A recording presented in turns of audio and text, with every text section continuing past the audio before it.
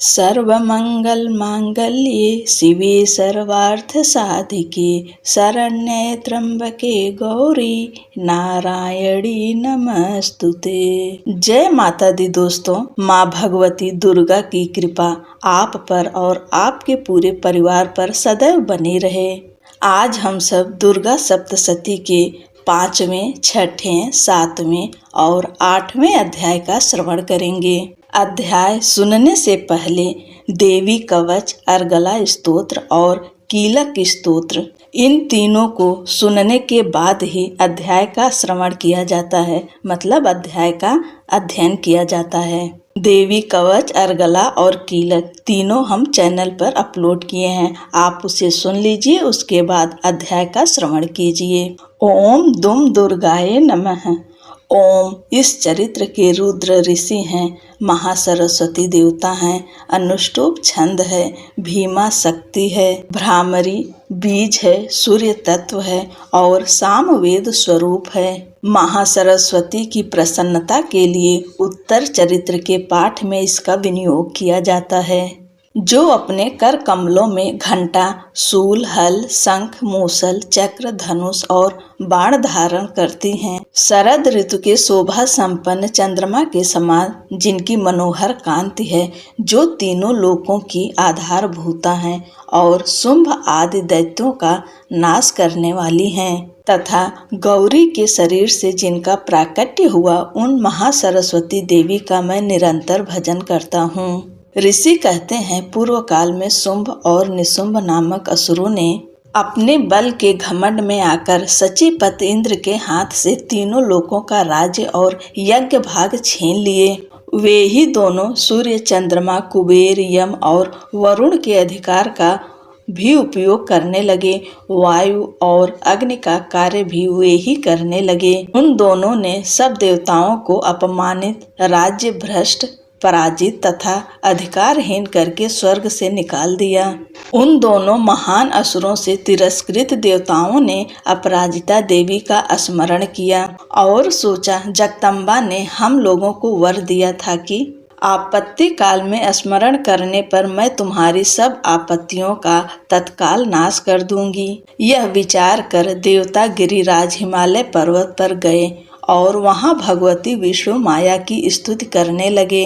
देवता बोले, देवी को नमस्कार है, महादेवी शिवा को सर्वदा नमस्कार है, प्रकृति एवं भद्रा को प्रणाम है। हम लोग नियम पूर्वक जगदम्बा को नमस्कार करते हैं, रौद्रा को नमस्कार है, नित्या, गौरी एवं धात्री को बारंबार नमस्कार है, ज्योत सनामयी, चंद्र रूपिणी एवं सुख स्वरूपा देवी को सतत प्रणाम है। शरणागतों का कल्याण करने वाली बुद्धि एवं सिद्धि रूपा देवी को हम बारंबार नमस्कार करते हैं। नैऋत्री, राक्षसों की लक्ष्मी, राजाओं की लक्ष्मी दुर्गा, दुर्गपार, दुर्गम संकट से पार उतारने वाली, सारा, सबकी सारभूता, सर्व कारणी, ख्याति, कृष्णा और धूम्रा देवी को सर्वदा नमस्कार है। अत्यंत सौम्य तथा अत्यंत रौद्र रूपा देवी को हम नमस्कार करते हैं, उन्हें हमारा बारंबार प्रणाम है। जगत की आधारभूता कृति देवी को बारंबार नमस्कार है। जो देवी सब प्राणियों में विष्णु माया के नाम से कही जाती हैं, उनको नमस्कार है, उनको नमस्कार है, उनको बारंबार नमस्कार है। जो देवी सब प्राणियों में चेतना कहलाती हैं, उनको नमस्कार है, उनको नमस्कार है, उनको बारंबार नमस्कार है।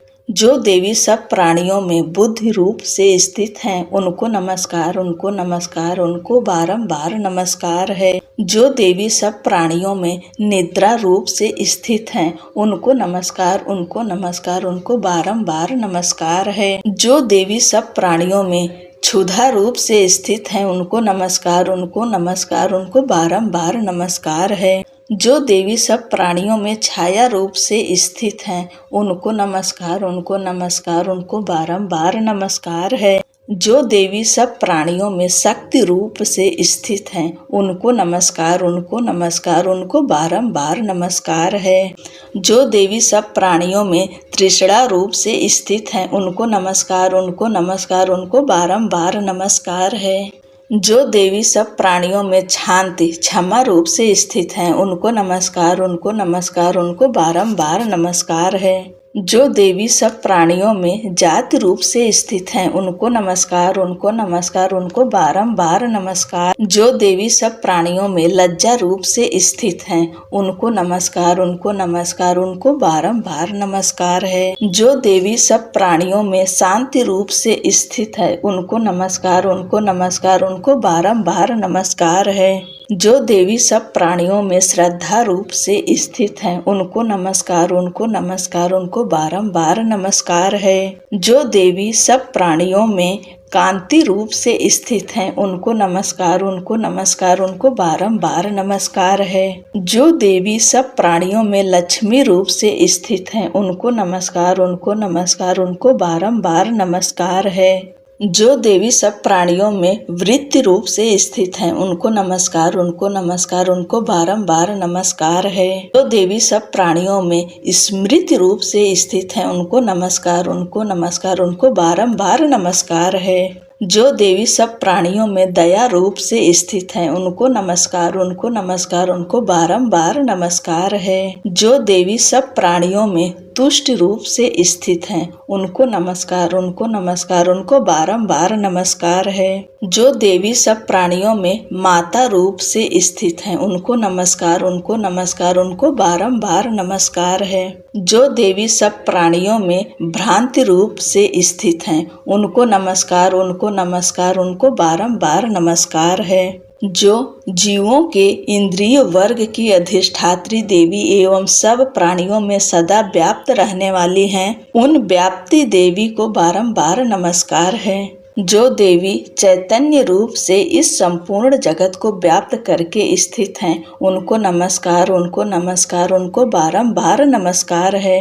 पूर्व काल में अपने अभीष्ट की प्राप्ति होने से देवताओं ने जिनकी स्तुति की तथा देवराज इंद्र ने बहुत दिनों तक जिनका सेवन किया, वह कल्याण की साधन भूता ईश्वरी हमारा कल्याण और मंगल करें तथा सारी आपत्तियों का नाश कर डालें। उदंड दैत्यों से सताए हुए हम सभी देवता जिन परमेश्वरी को इस समय नमस्कार करते हैं तथा जो भक्ति से विनम्र पुरुषों द्वारा स्मरण की जाने पर तत्काल ही संपूर्ण विपत्तियों का नाश कर देती हैं, वे जगदम्बा हमारा संकट दूर करें। ऋषि कहते हैं, राजन, इस प्रकार जब देवता स्तुति कर रहे थे, उस समय पार्वती देवी गंगा जी के जल में स्नान करने के लिए वहां आईं। उन सुंदर भौहों वाली भगवती ने देवताओं से पूछा, आप लोग यहाँ किसकी स्तुति कर रहे हैं? तब उन्हीं के शरीर कोश से प्रकट हुई शिवा देवी बोली, शुंभ दैत्य से तिरस्कृत और युद्ध में निशुंभ से पराजित हो यहाँ एकत्रित हुए ये समस्त देवता यह मेरी ही स्तुति कर रहे हैं। पार्वती जी के शरीर कोश से अंबिका का प्रादुर्भाव हुआ था, इसलिए वे समस्त लोकों में कौशिकी कही जाती हैं। कौशिकी के प्रकट होने के बाद पार्वती देवी का शरीर काले रंग का हो गया, अतः वे हिमालय पर रहने वाली कालिका देवी के नाम से विख्यात हुईं। तदंतर शुंभ निशुंभ के भृत्य चंड मुंड वहां आए और उन्होंने परम मनोहर रूप धारण करने वाली अंबिका देवी को देखा। फिर वे शुंभ के पास जाकर बोले, महाराज, एक अत्यंत मनोहर स्त्री है जो अपनी दिव्य कांति से हिमालय को प्रकाशित कर रही है। वैसा उत्तम रूप कहीं किसी ने भी नहीं देखा होगा। असुरेश्वर, पता लगाइए वह देवी कौन है और उसे ले लीजिए। स्त्रियों में तो वह रत्न है। उसका प्रत्येक अंग बहुत ही सुंदर है तथा वह अपने श्री अंगों की प्रभा से संपूर्ण दिशाओं में प्रकाश फैला रही है। दैत्यराज, अभी वह हिमालय पर ही मौजूद है, आप उसे देख सकते हैं। प्रभो, तीनों लोकों में मणि, हाथी और घोड़े आदि जितने भी रत्न हैं, वे सब इस समय आपके घर में शोभा पाते हैं। हाथियों में रत्नभूत ऐरावत, यह पारिजात का वृक्ष और यह उच्चैश्रवा घोड़ा, यह सब आपने इंद्र से ले लिया है। हंसों से जुता हुआ यह विमान भी आपके आंगन में शोभा पाता है। यह रत्नभूत अद्भुत विमान जो पहले ब्रह्मा जी के पास था, अब आपके यहाँ लाया गया है। यह महापद्य नामक निधि आप कुबेर से छीन लाए हैं। समुद्र ने भी आपको किंजलकिनी नाम की माला भेंट की है, जो केसरों से सुशोभित है और जिसके कमल कभी कुम्हलाते नहीं हैं। सुवर्ण की वर्षा करने वाला वरुण का छत्र भी आपके घर में शोभा पाता है, तथा यह श्रेष्ठ रथ जो पहले प्रजापति के अधिकार में था, अब आपके पास मौजूद है। देवेश्वर मृत्यु की उत्क्रांतिदा नाम वाली शक्ति भी आपने छीन ली है, तथा वरुण का पास और समुद्र में होने वाले सब प्रकार के रत्न आपके भाई निशुंभ के अधिकार में है। अग्नि ने भी स्वतः शुद्ध किए हुए 2 वस्त्र आपकी सेवा में अर्पित किए हैं। दैत्यराज, इस प्रकार सभी रत्न आपने एकत्र कर लिए हैं। फिर जो यह स्त्रियों में रत्न रूप कल्याणमयी देवी हैं, इसे आप क्यों नहीं अपने अधिकार में कर लेते? ऋषि कहते हैं, चंड मुंड का यह वचन सुनकर शुंभ ने महादैत्य सुग्रीव को दूत बनाकर देवी के पास भेजा और कहा, तुम मेरी आज्ञा से उसके सामने ये बातें कहना और ऐसा उपाय करना जिससे प्रसन्न होकर वह शीघ्र ही आ जाए। वह दूत पर्वत के अत्यंत रमणीय प्रदेश में, जहाँ देवी मौजूद थी, गया और मधुर वाणी से कोमल वचन बोला। दूत बोला, देवी, दैत्यराज शुंभ इस समय तीनों लोकों के परमेश्वर हैं। मैं उन्हीं का भेजा हुआ दूत हूँ और यहाँ तुम्हारे ही पास आया हूँ। उनकी आज्ञा सदा सब देवता एक स्वर में मानते हैं, कोई उसका उल्लंघन नहीं कर सकता। वे संपूर्ण देवताओं को परास्त कर चुके हैं। उन्होंने तुम्हारे लिए जो संदेश दिया है उसे सुनो। संपूर्ण त्रिलोकी मेरे अधिकार में है, देवता भी मेरी आज्ञा के अधीन चलते हैं। संपूर्ण यज्ञों के भागों को मेरे अधिकार में है। संपूर्ण यज्ञों के भोगों को मैं पृथक पृथक भोगता हूँ। तीनों लोकों में जितने श्रेष्ठ रत्न हैं, वे सब मेरे अधिकार में हैं। देवराज इंद्र का वाहन ऐरावत, जो हाथियों में रत्न के समान है, मैंने छीन लिया है। क्षीर सागर का मंथन करने से जो अश्वरत्न उच्चैश्रवा प्रकट हुआ था, उसे देवताओं ने मेरे पैरों पर पढ़कर समर्पित किया है। सुंदरी, उनके सिवा और भी जितने रत्नभूत पदार्थ देवताओं, गंधर्वों और नागों के पास थे, वे सब मेरे पास आ गए हैं। देवी, हम लोग तुम्हें संसार की स्त्रियों में रत्न मानते हैं, अतः तुम हमारे पास आ जाओ, क्योंकि रत्नों का उपभोग करने वाले हम ही हैं। चंचल कटाक्षों वाली सुंदरी, तुम मेरी या मेरे भाई महापराक्रमी निशुंभ की सेवा में आ जाओ, क्योंकि तुम रत्न स्वरूपा हो। मेरा वरण करने से तुम्हें तुलना रहित महान ऐश्वर्य की प्राप्ति होगी। अपनी बुद्धि से यह विचार कर तुम मेरी पत्नी बन जाओ। ऋषि कहते हैं, दूत के यूं कहने पर कल्याणमय भगवती दुर्गा देवी, जो इस जगत को धारण करती हैं, मन ही मन गंभीर भाव से मुस्कुराई और इस प्रकार बोली। देवी ने कहा, दूत, तुमने सत्य कहा है, इसमें तनिक भी मिथ्या नहीं है। शुंभ तीनों लोकों का स्वामी है और निशुंभ भी उसी के समान पराक्रमी है, किंतु इस विषय में मैंने जो प्रतिज्ञा कर ली है उसे मिथ्या कैसे करूं? मैंने अपने अल्प बुद्धि के कारण पहले से जो प्रतिज्ञा कर रखी है उसे सुनो। जो मुझे संग्राम में जीत लेगा, जो मेरे अभिमान को चूर्ण कर देगा तथा संसार में जो मेरे समान बलवान होगा, वही मेरा स्वामी होगा। इसलिए शुंभ अथवा महादैत्य निशुंभ स्वयं ही यहाँ पधारें और मुझे जीतकर शीघ्र ही मेरा पाणी ग्रहण कर लें। इसमें विलंब की क्या आवश्यकता है? दूत बोला, देवी, तुम घमंड में भरी हो, मेरे सामने ऐसी बातें ना करो। तीनों लोकों में कौन ऐसा पुरुष है जो शुंभ निशुंभ के सामने खड़ा हो सके? देवी, अन्य दैत्यों के सामने भी सारे देवता युद्ध में नहीं ठहर सकते, फिर तुम अकेली स्त्री होकर कैसे ठहर सकती हो? जिन शुंभ आदि दैत्यों के सामने इंद्र आदि देवता भी युद्ध में खड़े नहीं हुए, उनके सामने तुम स्त्री होकर कैसे जाओगी? इसलिए तुम मेरे ही कहने से शुंभ निशुंभ के पास चलो। ऐसा करने से तुम्हारे गौरव की रक्षा होगी, अन्यथा जब वे केस पकड़कर घसीटेंगे तब तुम्हें अपनी प्रतिष्ठा खोकर जाना पड़ेगा। देवी ने कहा, तुम्हारा कहना ठीक है, शुंभ बलवान है और निशुंभ भी बड़े पराक्रमी हैं, किंतु क्या करूं, मैंने पहले बिना सोचे समझे प्रतिज्ञा कर ली है। अतः अब तुम जाओ, मैंने तुमसे जो कुछ कहा वह सब दैत्यराज से आदर पूर्वक कहना, फिर वे जो उचित जान पड़े करें। जय जय श्री मार्कंडेय पुराणे सांवरड़िके मन्वंतरे देवी महात्म्य पंचमः। ओम तत्सत। अब हम सब छठे अध्याय का श्रवण करेंगे। माता रानी का ध्यान करेंगे। मैं सर्वज्ञेश्वर भैरव के अंक में निवास करने वाली परमोत्कृष्ट पद्या देवी का चिंतन करता हूँ। वे नागराज के आसन पर बैठी हैं। नागों के फड़ों में सुशोभित होने वाली मणियों की विशाल माला से उनकी देहलता उद्भासित हो रही है। सूर्य के समान उनका तेज है।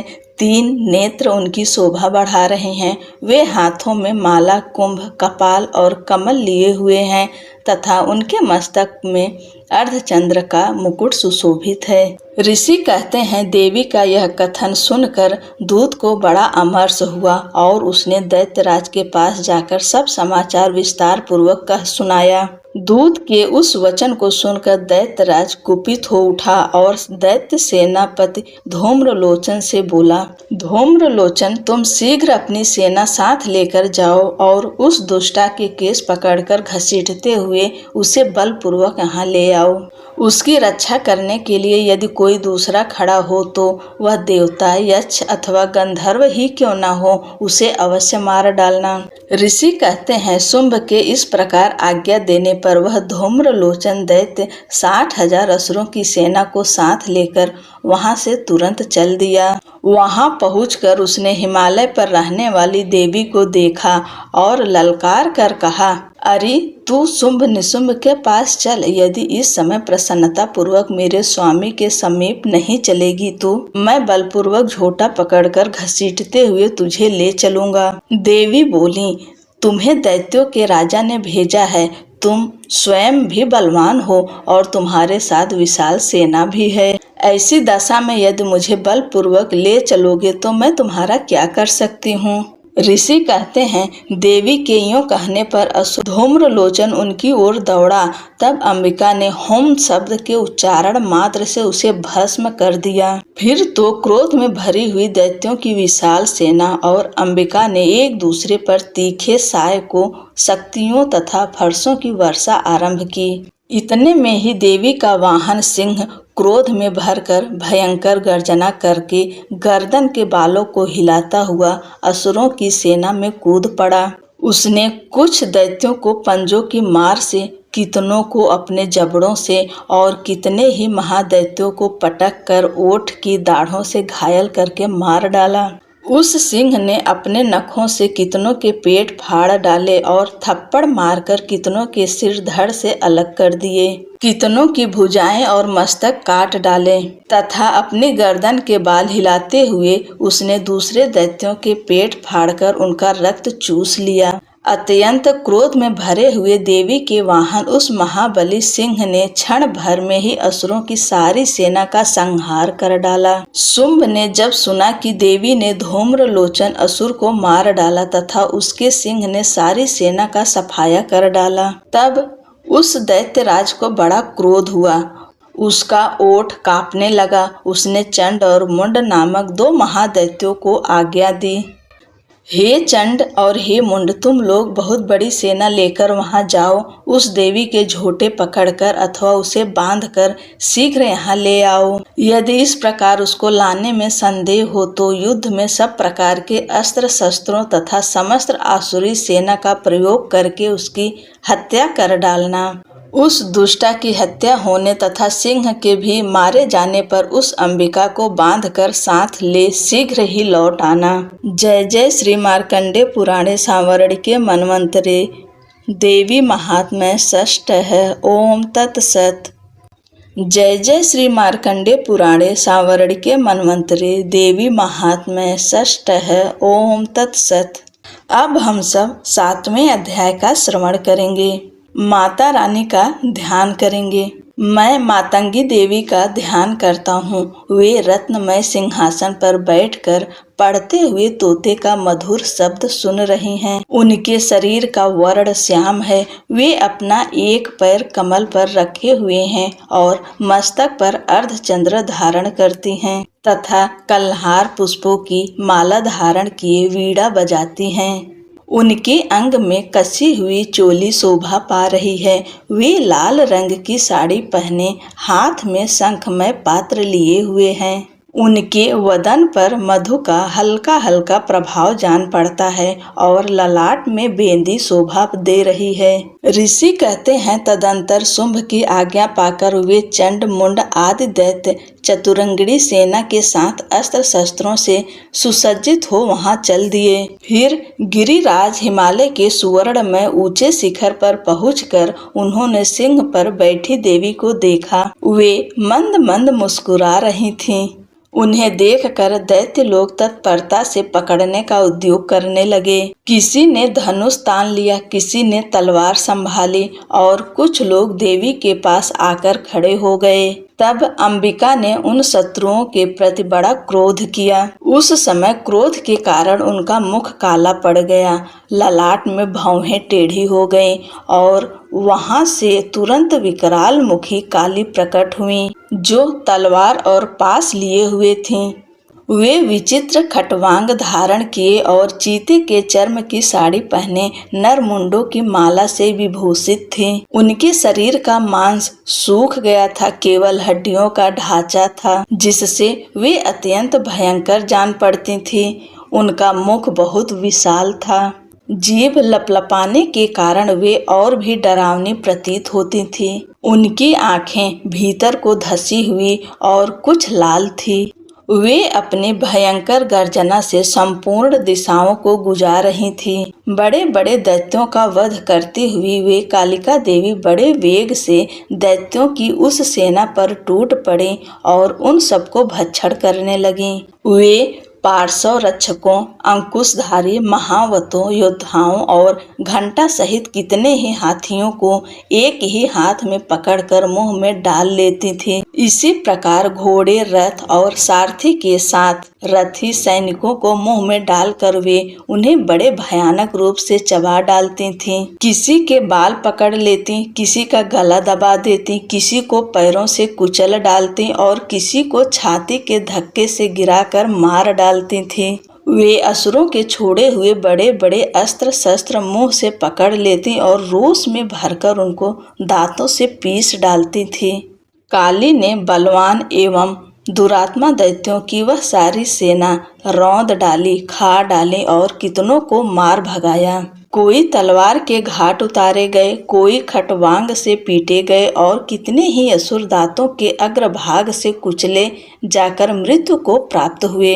इस प्रकार देवी ने असुरों की उस सारी सेना को क्षण भर में मार गिराया। यह देख चंड उन अत्यंत भयानक काली देवी की ओर दौड़ा तथा महादैत्य मुंड ने भी अत्यंत भयंकर बाणों की वर्षा से तथा हजारों बार चलाए हुए चक्रों से उन भयानक नेत्रों वाली देवी को आच्छादित कर दिया। वे अनेकों चक्र देवी के मुख में समाते हुए ऐसे जान पड़े मानो सूर्य के बहुतेरे मंडल बादलों के उदर में प्रवेश कर रहे हों। तब भयंकर गर्जना करने वाली काली ने अत्यंत रोष में भरकर विकट अट्टहास किया। उस समय उनके विकराल वदन के भीतर कठिनता से देखे जा सकने वाले दांतों की प्रभा से वे अत्यंत उज्जवल दिखाई देती थीं। देवी ने बहुत बड़ी तलवार हाथ में ले हम शब्द का उच्चारण करके चंड पर धावा किया और उसके केस पकड़कर उसी तलवार से उसका मस्तक काट डाला। चंड को मारा गया देखकर मुंड भी देवी की ओर दौड़ा। तब देवी ने रोष में भरकर उसे भी तलवार से घायल करके धरती पर सुला दिया। महापराक्रमी चंड और मुंड को मारा गया देख मरने से बची हुई बाकी सेना भय से व्याकुल हो चारों ओर भाग गई। तदंतर काली ने चंड और मुंड का मस्तक हाथ में ले चंडिका के पास जाकर प्रचंड अट्टहास करते हुए कहा, देवी, मैंने चंड और मुंड नामक इन 2 महापशुओं को तुम्हें भेंट किया है।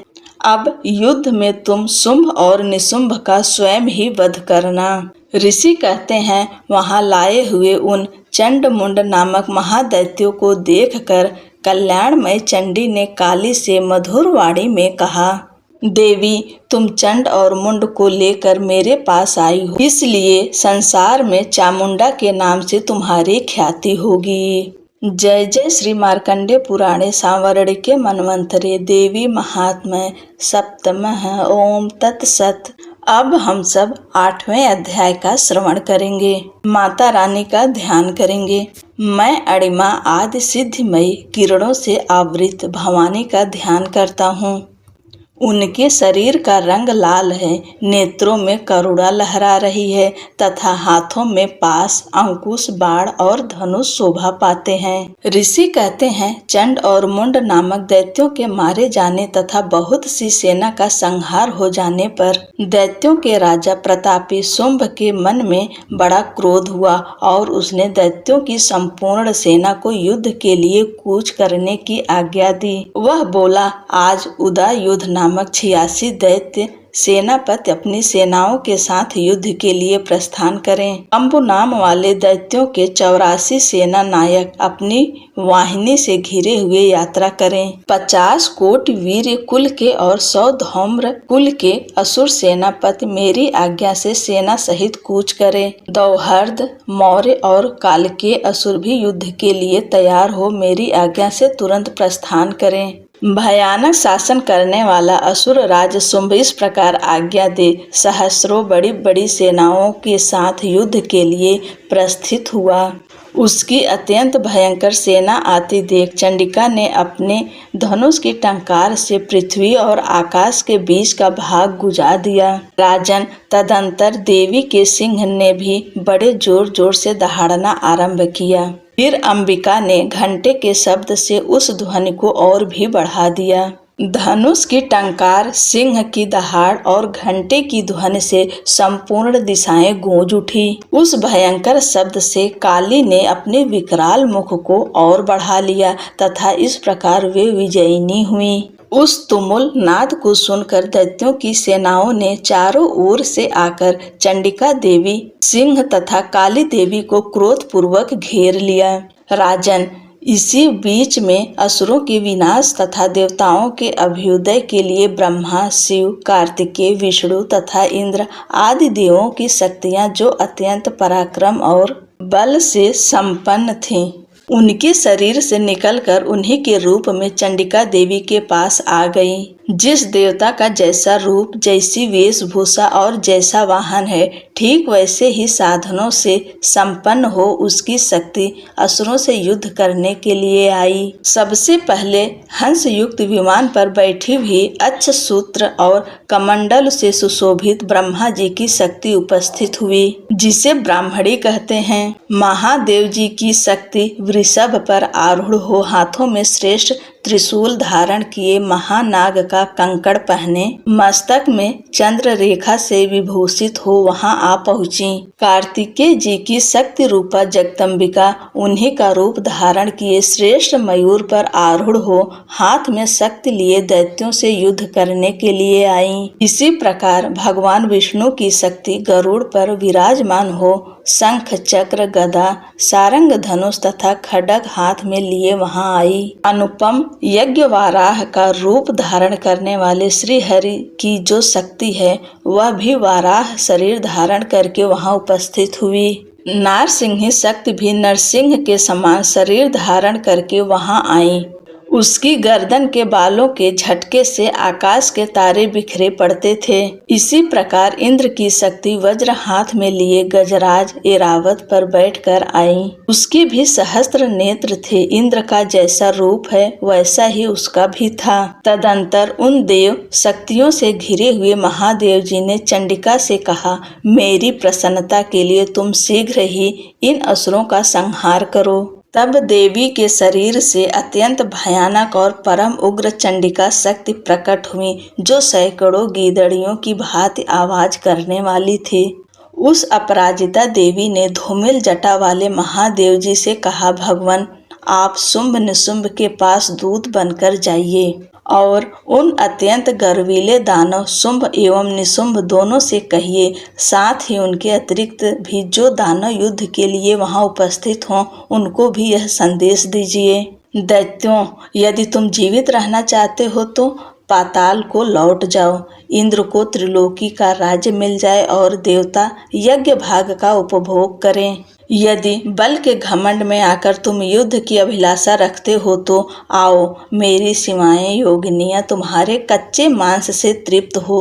चूंकि उस देवी ने भगवान शिव को दूत के कार्य में नियुक्त किया था, इसलिए वह शिवदूती के नाम से संसार में विख्यात हुई। वे महादैत्य भी भगवान शिव के मुंह से देवी के वचन सुनकर क्रोध में भर गए और जहाँ कात्यायनी विराजमान थीं, उस ओर बढ़े। तदंतर वे दैत्य अमरस में भरकर पहले ही देवी के ऊपर बाण, शक्ति और रिष्ट आदि अस्त्रों की वृष्टि करने लगे। तब देवी ने भी खेल खेल में ही धनुष की टंकार की और उससे छोड़े हुए बड़े बड़े बाणों द्वारा दैत्यों के चलाए हुए बाण, शूल, शक्ति और फरसों को काट डाला। फिर काली उनके आगे होकर शत्रुओं को शूल के प्रहार से विदीर्ण करने लगी और खटवांग से उनका कचूमर निकालती हुई रणभूमि में विचरने लगी। ब्राह्मणी भी जिस जिस ओर दौड़ती, उसी उसी ओर अपने कमंडलू का जल छिड़ककर शत्रुओं के ओज और पराक्रम को नष्ट कर देती थीं। माहेश्वरी ने त्रिशूल से तथा वैष्णवी ने चक्र से और अत्यंत क्रोध में भरी हुई कुमार कार्तिकेय की शक्ति ने शक्ति से दैत्यों का संहार आरंभ किया। इंद्र शक्ति के वज्र प्रहार से विदीर्ण हो सैकड़ों दैत्य दानव रक्त की धारा बहाते हुए पृथ्वी पर सो गए। वाराही शक्ति ने कितनों को अपनी थूथुन की मार से नष्ट किया, दाढ़ों के अग्रभाग से कितनों की छाती छेद डाली तथा कितने ही दैत्य उसके चक्र की चोट से विदीर्ण होकर गिर पड़े। नारसिंही भी दूसरे दूसरे महादैत्यों को अपने नखों से विदीर्ण करके खाती और सिंहनाद से दिशाओं एवं आकाश को गुजाती हुई युद्ध क्षेत्र में विचरने लगीं। कितने ही असुर शिवदूती के प्रचंड अट्टहास से अत्यंत भयभीत हो पृथ्वी पर गिर पड़े और गिरने पर उन्हें शिवदूती ने उस समय अपना ग्रास बना लिया। इस प्रकार क्रोध में भरे हुए मात्र गणों को नाना प्रकार के उपायों से बड़े बड़े असुरों का मर्दन करते देख दैत्य सैनिक भाग खड़े हुए। मात्र गणों से पीड़ित दैत्यों को युद्ध से भागते देख रक्त बीज नामक महादैत्य क्रोध में भरकर युद्ध करने के लिए आया। उसके शरीर से जब रक्त की बूंद पृथ्वी पर गिरती, तब उसी के समान शक्तिशाली एक दूसरा महादैत्य पृथ्वी पर पैदा हो जाता। महासुर रक्त बीज हाथ में गदा लेकर इंद्र शक्ति के साथ युद्ध करने लगा। तब ऐन्द्री ने अपने वज्र से रक्त बीज को मारा। वज्र से घायल होने पर उसके शरीर से बहुत सा रक्त चूने लगा और उससे उसी के समान रूप तथा पराक्रम वाले योद्धा उत्पन्न होने लगे। उसके शरीर से रक्त की जितनी बूंदें गिरी, उतने ही पुरुष उत्पन्न हो गए। वे सब रक्त बीज के समान ही वीर्यवान, बलवान तथा पराक्रमी थे।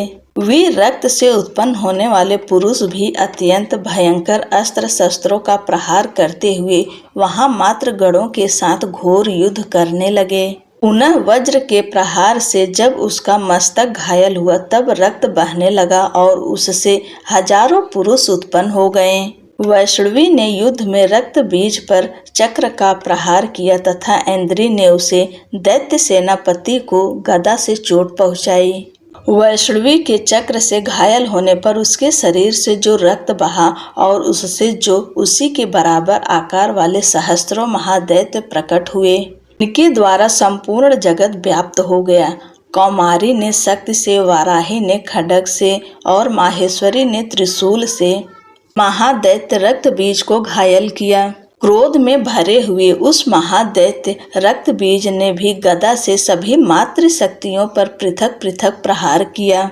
शक्ति और शूल आदि से अनेक बार घायल होने पर जो उसके शरीर से रक्त की धारा पृथ्वी पर गिरी, उससे भी निश्चय ही सैकड़ों असुर उत्पन्न हुए। इस प्रकार उस महादैत्य के रक्त से प्रकट हुए असुरों द्वारा संपूर्ण जगत व्याप्त हो गया। इससे उन देवताओं को बड़ा भय हुआ। देवताओं को उदास देख चंडिका ने काली से शीघ्रता पूर्वक कहा, चामुंडे, तुम अपना मुख और भी फैलाओ तथा मेरे शस्त्रपात से गिरने वाले रक्त बिंदुओं और उनसे उत्पन्न होने वाले महादैत्यों को तुम अपने इस उतावले मुख से खा जाओ।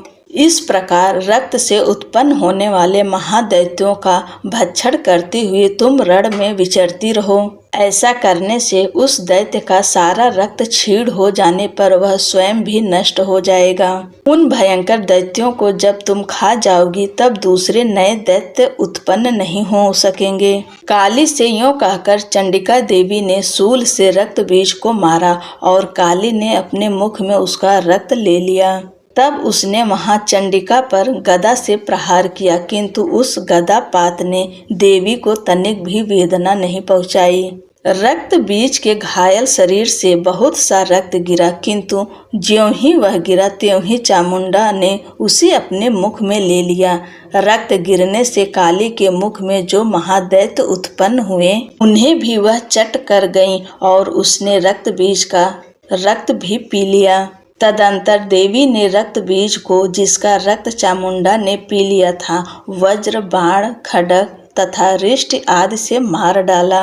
राजन, इस प्रकार शस्त्रों के समुदाय से आहत एवं रक्तहीन हुआ महादैत्य रक्त बीज पृथ्वी पर गिर पड़ा।